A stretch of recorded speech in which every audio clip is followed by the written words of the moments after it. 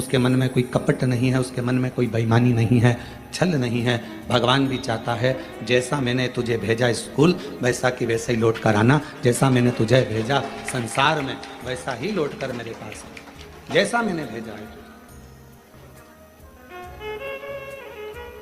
एक अविरल भक्ति के साथ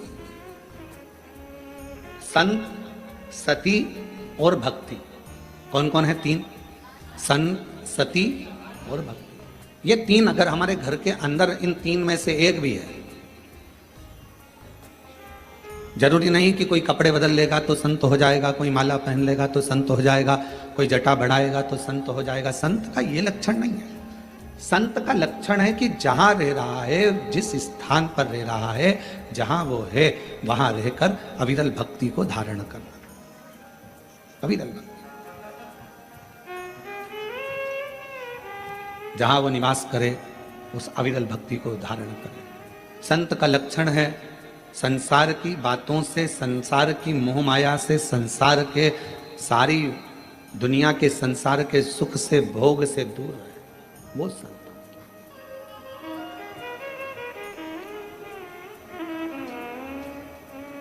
एक पतिव्रता धर्म का पालन करने वाली एक स्त्री, एक नारी अपने घर में रह रही है, परिवार का भरण पोषण में लगी है, बच्चों को पालने में लगी है। एक माँ ने एक प्रश्न किया, इन्हीं पत्रों में है, अभी आगे हम उसको पढ़ेंगे। वो प्रश्न में लिखती हैं कि मैं मंदिर तक नहीं जा पा रही हूँ क्योंकि घर में मेरे सास ससुर बीमार हैं। फिर उसने पत्र में लिखा कि मैं पहले मंदिर जाती थी, अब नहीं जा पा रही हूँ क्योंकि मेरे सास ससुर बीमार हैं, पति को खदान में काम पर जाना पड़ता है, बच्चों को स्कूल जाना पड़ता है, तो क्या अब मैं पूजन शिवजी की मंदिर में कैसे करूं?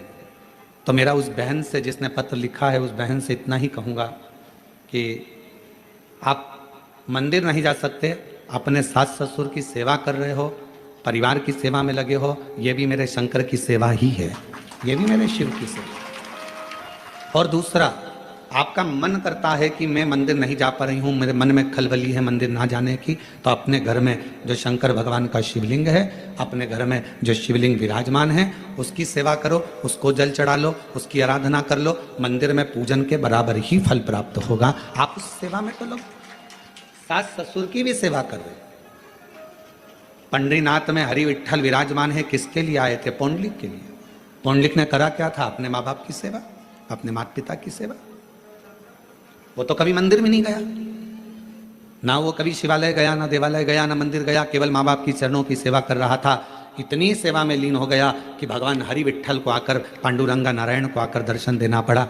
इतना कीचड़ हो रहा था कि वहां पौंडलिक ने एक ईंट फेंक दी और उस ईंट के ऊपर भगवान दोनों हाथ कमर पर रखकर खड़े हो गए, हरि विठ्ठल खड़े हो गए, उसका इंतजार करते रहे। तो भगवान कह रहे हैं तू आ, मेरा दर्शन कर ले। वो कहता है पहले माँ के चरण दबा रहा हूँ, पिता के चरण दबाऊंगा, फिर तुम्हारे से मिलने के लिए आऊंगा। बाद में भगवान से मिलने के लिए आया तो भगवान ने पूछा, पौंडलिक तेरी सेवा से मैं प्रसन्न हूँ, मांग तुझे क्या चाहिए? उसने कहा बस इतनी कृपा कर दो, जो अपने माता पिता की सेवा करे उसको तुम ऐसे ही दर्शन देते रहना, करुणा करते रहना, ऐसे ही कृपा।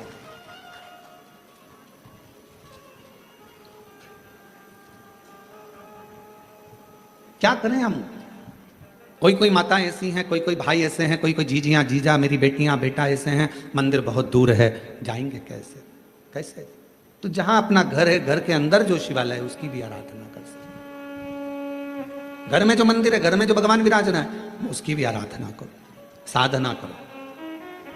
कभी भी अपने घर के बच्चे को नालायक मत समझो, कभी भी अपने घर के बच्चे को हम हमेशा लायक ही समझो।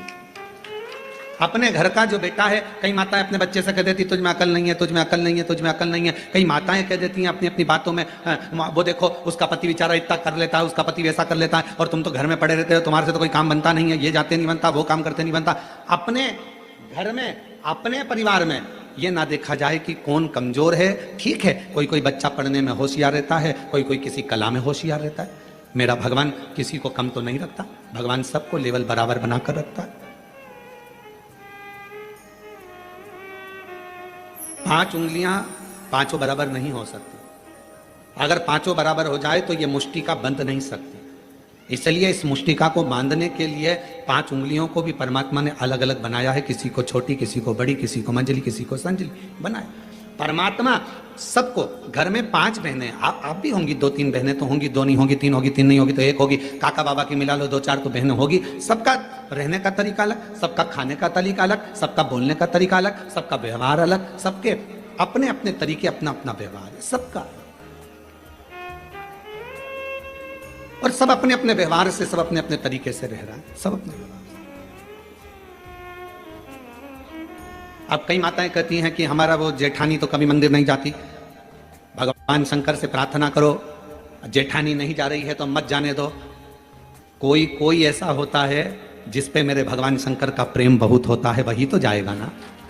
कोई कहे मेरी देवरानी नहीं जाती, मत जान दो, उसकी मर्जी, आप अपना कर्म करो, आप भगवान के मंदिर जाओ, आप शिवालय जाओ, शंकर जी की आराधना करो। घर में कई कई लोग ऐसे रहते हैं, पति से कहो तुम व्रत कर लो, पति नहीं करता तो उसका मतलब ये थोड़ी ना है कि वो धर्मात्मा नहीं है।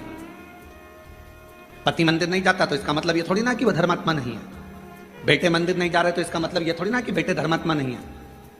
आप मंदिर जा रही हो ना, आप मंदिर जा रही हो तो आपके पुण्य का एक अंश आपके पति के खाते में जा रहा है और आपके पुण्य का एक अंश आपके बच्चों के खाते में जा रहा है। तो फिर क्यों सोचना मेरा पति मंदिर नहीं जाता गुरुजी, मेरा पति कथा में नहीं आता गुरुजी, मेरा पति ये नहीं करता गुरुजी, मेरा पति भगवान की कथा में नहीं जाता। मत जाने दो, तुम तो जा रही हो ना।